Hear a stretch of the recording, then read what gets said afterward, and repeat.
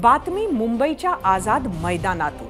आज मुंबईतील आझाद मैदानात राज्यभरातील अंगणवाडी सेविकांच्या 8 संघटनांचा मोर्चा धडकला। खरं तर डिसेंबरमध्येच राज्यातल्या अंगणवाडी सेविकांनी आपल्या विविध मागण्यांसाठी आंदोलन सुरू केलं होतं। मात्र त्याकडे सरकारकडून योग्य प्रतिसाद मिळत नव्हता। म्हणून की काय, राज्यातल्या 8 संघटना एकत्र आल्या आणि त्यांनी आजपासून आझाद मैदानावर आंदोलन सुरू केलं। फक्त मुंबईतच नाही तर राज्यभरात याच संपाचा फटका बसतोय। गेल्या महिन्याभरापासून सुरू असलेल्या संपामुळे राज्यात हजारो बालकांच्या आरोग्यावर परिणाम होतोय। राज्यात आज घडीला अंगणवाड्या बंद असल्यानं 6 वर्षापर्यंतची तब्बल 3 लाख बालकं सकस पोषण आहारापासून वंचित राहत आहेत। इतकंच नाही तर गर्भवती मातांची तपासणी, लसीकरण, कुपोषण निर्मूलन आदी उपक्रमांवरही मोठा परिणाम झाला आहे। आज घडीला राज्यात 93,348 अंगणवाडी सेविका, 88,553 अंगणवाडी मदतनीस आणि 11,341 मिनी अंगणवाडी सेविका कार्यरत आहेत। इकडे आंदोलनावर तोडगा निघत नसल्यानं महिला आणि बाल कल्याण विभागानं पत्रक काढलंय। राज्यातल्या ग्रामीण आरोग्य व्यवस्थेला नियंत्रणात ठेवण्यासाठी प्रयत्न सुरू केला आहे।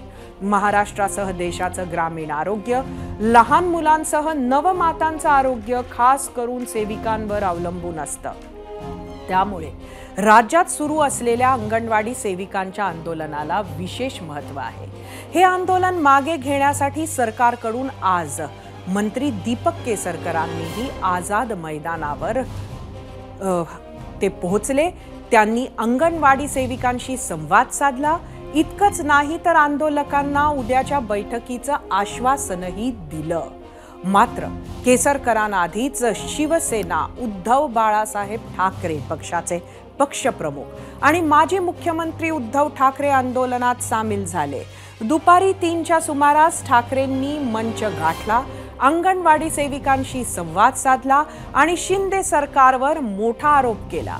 तो आरोप आधी पाहूयात। घडवणारी जी खरी शक्ती आहे, ही ताकद ही तुम्ही आहात आणि तुम्हाला द्यायला पैसे नाहीत। यांच्याकडे जाहिरातीवरती उधळायला पैसे आहेत। या सरकारला काय सरकार म्हणतात? अरे जरा मोठ्याने बोला ना। खोके सरकार नाही, सरकार आणण्यासाठी खोके आहेत, पण माझ्या अंगणवाडी आणि आशाताईंच्या मेहनतीला, त्यांच्या हक्काचे पैसे द्यायला, मानधन द्यायला पैसे नाहीत। हे सरकार तुमचं आहे। मी माझी जाहिरातबाजी करायला आलो नाही। करोनामध्ये मी तुम्हाला जे सांगितलं ना, नाव माझं झालं, पण त्या नावाचं खरं श्रेय हे तुमचं आहे, कारण तुम्ही घरोघरी जात होता। याची मला जाणीव आहे आणि म्हणून मी फार काही करू शकलो नसलो तरी देखील तुम्ही आता म्हणाला, मी विसरून पण गेलो होतो की न थांबता तुमचं मानधन वेळेवर मिळालंच पाहिजे। हा आपल्या वर्षातही मंत्रिमंडळातला एक निर्णय होता आणि जर सरकार गेलं नसतं तर मी तुम्हाला सांगतो की तुमची जे काय प्रश्न आहेत, ग्रॅच्युइटी असेल, आता तुम्ही विचारलं की वृद्धापकाळी खायचं काय, जगायचं कसं, अरे जिथे लहान मुलांचा श्री गणेशा पहिल्या गिरवणाऱ्या तुम्हाला तुमच्या वृद्धापकाळाची चिंता व्यक्त करावी लागते। मग कोणाचं सरकार आहे, कोणासाठी चाललेलं आहे आणि कोणतं सरकार आपण आपल्या बोडक्यावरती बसवतोय, हा सुद्धा एक विचार तुम्ही केवळ तुमच्या घरात नाही, आजूबाजूच्या घरात सुद्धा तुम्हाला द्यायला पाहिजे। आज संध्याकाळी आदरणीय मुख्यमंत्री महोदयांच्या बरोबर शिष्टमंडळाची भेट होणार आहे। आपल्याला माहिती आहे की गेली 5 ते 7 वर्ष हा पगार वाढलेला नव्हता। गेल्या मार्च महिन्यातच म्हणजे या एप्रिलपासून 20% वाढ ही अंगणवाडी सेविकांनी दिलेली आहे। त्याच्या व्यतिरिक्त त्यांच्या इतर काही मागण्या होत्या। आता इथं आल्यानंतर मला असं कळलं की त्यांना वन टाइम जी पेन्शन दिली जाते ती गेली 4-5 वर्षात मिळालेली नाही। तो सुद्धा प्रश्न मार्गी लागेल आणि मुख्यमंत्री महोदयांची ज्यावेळेला चर्चा होईल त्यावेळेला निश्चितपणे याच्यावर मार्ग निघेल। उद्धव ठाकरेंच्या याच आरोपांवर होता आपला दुसरा प्रश्न। तोच पाहण्यासाठी जाऊया आपल्या पोल सेंटरला। आजचा आपला दुसरा प्रश्न,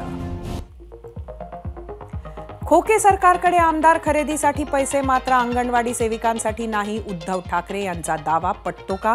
तुम्हाला सांगायचं होतं होय किंवा नाही।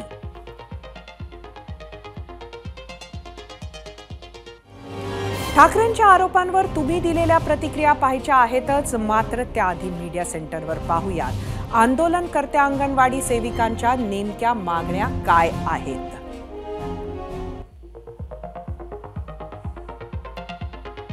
सुप्रीम कोर्टाच्या आदेशानुसार अंगणवाडी सेविकांना शासकीय कर्मचारी घोषित करावं. शासकीय कर्मचाऱ्यांप्रमाणे वेतन श्रेणी, ग्रॅच्युटी, भविष्य निर्वाह निधीसह इतर लाभ द्यावेत. अंगणवाडी सेविका, मिनी अंगणवाडी सेविकांना दरमहा 26,000 रुपये मानधन देण्यात यावे. अंगणवाडी सेविकांना मदत करणाऱ्या मदतनीसांना 20,000 रुपये मानधन द्या. मानधन वाढले तरी महागाई त्याच्या दुपटीनं वाढते, म्हणून दर 6 महिन्यांनी मानधनात वाढ करावी.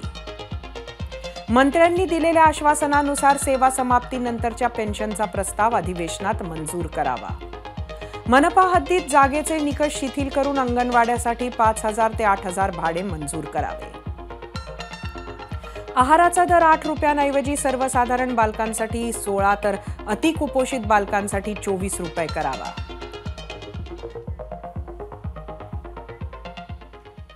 याच मागण्यांसाठी अंगणवाडी सेविकांच्या शिष्टमंडळ आणि मुख्यमंत्री एकनाथ शिंदे यासोबतची बैठक सुरू झाली आहे. संध्याकाळी वर्षा बंगल्यावर ही सुरू झाली आहे, त्यामुळे याच बैठकीकडे सगळ्यांचं लक्ष लागलंय. आज जेव्हा आझाद मैदानात महाराष्ट्र राज्य अंगणवाडी कर्मचारी संघ, अंगणवाडी कर्मचारी संघटना, आयटक, महाराष्ट्र राज्य अंगणवाडी बालवाडी कर्मचारी युनियन, अंगणवाडी कर्मचारी सभा, महाराष्ट्र राज्य अंगणवाडी सेविका व मदतनीस महासंघ, महाराष्ट्र राज्य सेविका आणि मदतनीस कर्मचारी महासंघ आणि कोल्हापूर जिल्हा अंगणवाडी कर्मचारी युनियनसह कृती समितीच्याही सदस्यांचा सहभाग होता. यातल्या काही संघटनांच्या सदस्यांशी आम्ही संवाद साधला आणि त्यांच्या इतरही मागण्या जाणून घेतल्या.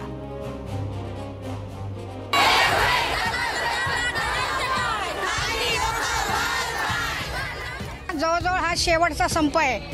साधारण फेब्रुवारीमध्ये सुद्धा पहिला एक संप झालेला होता. कृती समितीने हा जाहीर केलेला संप आहे आणि 2000 आता शेवटच्या एंडला सुद्धा हा संप आहे. आम्ही कोल्हापूर जिल्ह्यातून आलो.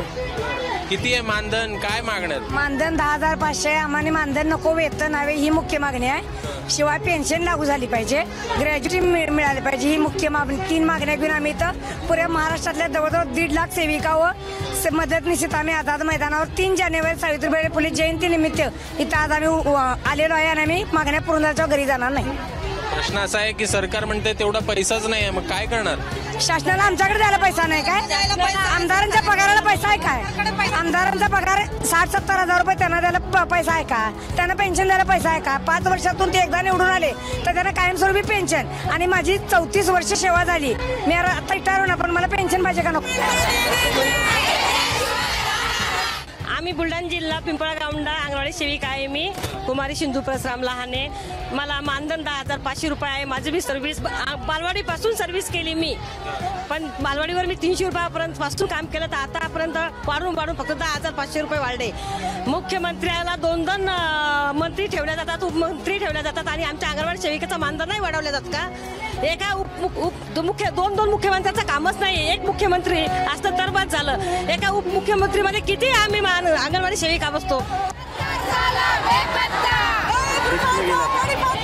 तर तुम्ही कुठून आलात ताई? मालेगाववरनं. मालेगाव कोणतं वाला? मालेगाव नाशिक वाला. मालेगाव. काय कशा आलात? आम्ही ट्रेनने आलोय. सर, आमची एकच मागणी आहे, ती सरकारने मान्य करावी. आम्हाला वेतन हवे. त्याच्यानंतर आज आमच्यावर काय बिततंय ते आम्हाला माहिती आहे. साहेब, कोणी करोना कालावधीमध्ये कोणीही करोनाच्या पेशंटला हात लावत नव्हते. आम्ही घरोघर जाऊन लोकांच्या शिव्या खायचो, मार खायचो. त्या क्षणीत लोक आम्हाला बाहेर काढायचे, तरी आम्ही त्या लोकांना म्हणायचो की आमचं ऐका, आम्ही तुम्हाला तुमच्या सुखासाठी आम्ही आलेलो आहोत. आम्ही त्यांना हात बोट लावून उठून आणि दवाखान्यात घेऊन जायचो. सरकारने तेवढी आमची कदर केली पाहिजे. आमच्या पण लहान मुलं आहेत. आमच्या घरात मी परितत्ता आहे, मला नवरा नाहीये. आज पुढे चालून माझं कोणी पालन पोषण करायचं? आणि मेहरबानी करून सरकारला आमची विनंती आहे की आम्ही एवढ्या गावगाववरनं लहान लेकरं सोडून आलेलो आहोत. सरकारने आमची मान्यता पूर्ण करावी, एवढी त्यांच्यावर खूप खूप मेहरबानी होईल. तुम्ही कुठून आलात? ठाण्यावरून आलात. काय एकूण मागण्या तुम्हाला वाटतात आहे की त्या पूर्ण झाल्या पाहिजे? मागण्या पूर्ण व्हायलाच पाहिजे. ते काही त्यांच्या खिशातून देत नाहीयेत. JRI वरून न्यायालयातून मान्य केलेलं आहे, मग त्याच्यानुसार द्या. तुमचंही नको आणि आमचंही नको. आता उद्धव ठाकरे आले होते, त्यांचं देखील बोलणं झालेलं, तुमच्याशी त्यांनी संवाद साधला. कशा प्रकारे बघताय एकूण ते देखील त्या काळामध्ये मुख्यमंत्री होते. त्यांनी काय आता आश्वासनच फक्त देत आहेत आम्हाला, पण कार्य स्वतःहून केलं पाहिजे ना. सत्तेत आले तर कार्य करायला हवं होतं, पण नाही झालं त्यांच्याकडून. काय सांगितलं, वरून सह्या नाही झालेल्या. सह्या झाल्या नाही तर ते कसे तरी परमिशन देणार ना, असं होतं. ते सह्याच नाही झाल्या, त्यांनी कारण म्हणजे टाळाटाळ केली. मानधन त्या आम्हाला बोललेले मानधनावरून तुम्हाला वेतन करणार, पण वेतन काही केलंच नाही त्यांनी.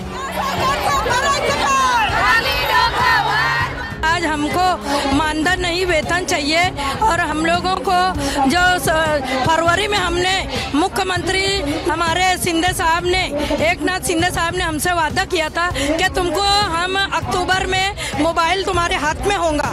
आज अक्टूबर गया, नवंबर गया, दिसंबर गया, जनवरी आ गई, अभी तक हमारे हाथ में मोबाइल नहीं है.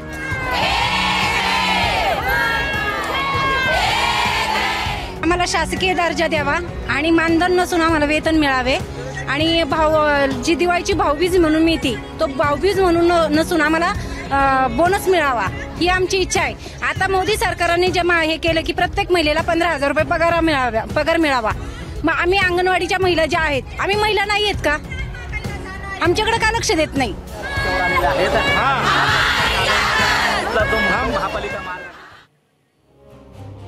तिकडे वर्षा बंगल्यावर सुरू झालेल्या बैठकीकडे लक्ष लागलंय, तर दुसरीकडे याच संपात सहभागी झालेल्या 50 अंगणवाडी सेविकांना काल सेवेतून बडतर्फ करण्यात आल्याची माहिती समोर आली आहे. त्यामुळे राज्यभरातल्या अंगणवाडी सेविकांचं शिंदेंसोबतच्या बैठकीकडे लक्ष लागलंय. आता वेळ झाली आहे आपल्या आजच्या दुसऱ्या प्रश्नावरच्या प्रतिक्रिया पाहण्याची. त्यासाठी जाऊया मीडिया सेंटरला. आजचा आपला प्रश्न परत एकदा सांगते. खोके सरकारकडे आमदार खरेदीसाठी पैसे आहेत, मात्र अंगणवाडी सेविकांसाठी नाही. उद्धव ठाकरे यांचा दावा पटतो का? सोशल मीडियावर काय प्रतिक्रिया आल्यात बघूया. एक्सवरून दशरथ सोनवणे 6 महिने संप करूनही ठाकरे सरकारनं एसटी कामगारांच्या हातात नारळ दिला, त्यामुळे उद्धव ठाकरेंचा हा दावा हास्यास्पद आहे. यूट्यूबवरून सोपान सपकाळ. आज सावित्रीबाई फुलेंच्या जयंती दिवशीच अंगणवाडी सेविकांचं आंदोलन. सरकार प्रश्न सोडवत नसेल तर हे महाराष्ट्राचे दुर्भाग्य आहे.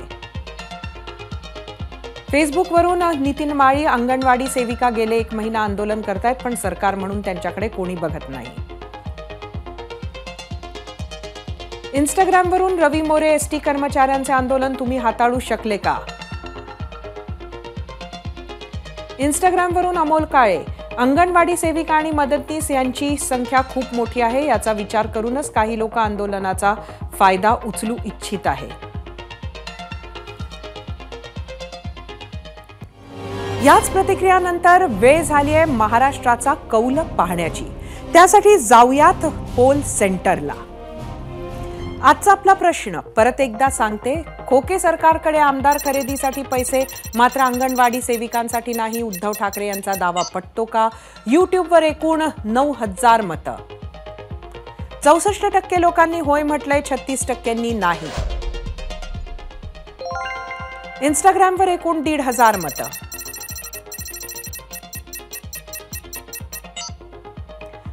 74% लोकांनी होय म्हटलंय, 26% नाही. फेसबुकवर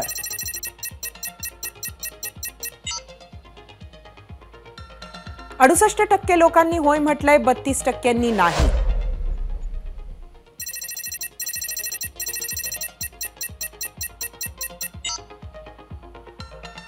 बावन्न 52% लोकांनी होय म्हटलंय, 48% नाही. काही प्रश्नांचा, काही समाज घटकांचा पक्षीय राजकारणापलीकडे जाऊन विचार करणं गरजेचं असतं. आज कुठलेही आंदोलन झाले की सरकारचे विरोधक तिथे पोहोचून आंदोलनांना पाठिंबा देताना दिसतात. अनेकांच्या सत्या आल्या आणि गेल्या, पण प्रश्न सुटले नाही. अंगणवाडी सेविकांचा मुद्दा अशाच प्रश्नांपैकी एक. अंगणवाडीमध्ये कार्यरत असणाऱ्या सेविका, मदतनीस अशी सर्वांची मिळून कर्मचाऱ्यांची संख्या 2 लाखांच्या जवळपास आहे. एवढा मोठा घटक त्यांच्या हक्कासाठी गेली 3-4 दशकं संघर्ष करत आहे. खरं तर अंगणवाडी हे देशातील, राज्यातील गावखेड्यावर अत्यंत महत्त्वाची कामं करण्याचं केंद्र. या कर्मचाऱ्यांना अंगणवाडी केंद्रातील 6 महिन्यांपासून ते 6 वर्षांपर्यंत वयोगटातील लाभार्थ्यांना आहार देणे, बेसिक शिक्षण देणे, गरोदर आणि स्तनदा मातांना आहार वाटप करणे, आरोग्यविषयक बेसिक माहिती देणे आणि इतर अनेक दैनंदिन कामे करावी लागतात.